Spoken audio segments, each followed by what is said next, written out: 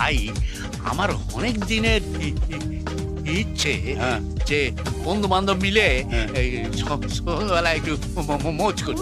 কিছুতেই হয় না, কিছুতেই হয় না।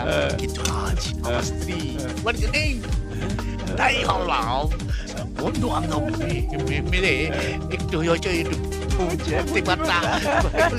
সেই জন্যই তোমাদের এখানে ডেকে পাঠালো। ওকে কি ভালোবাসে।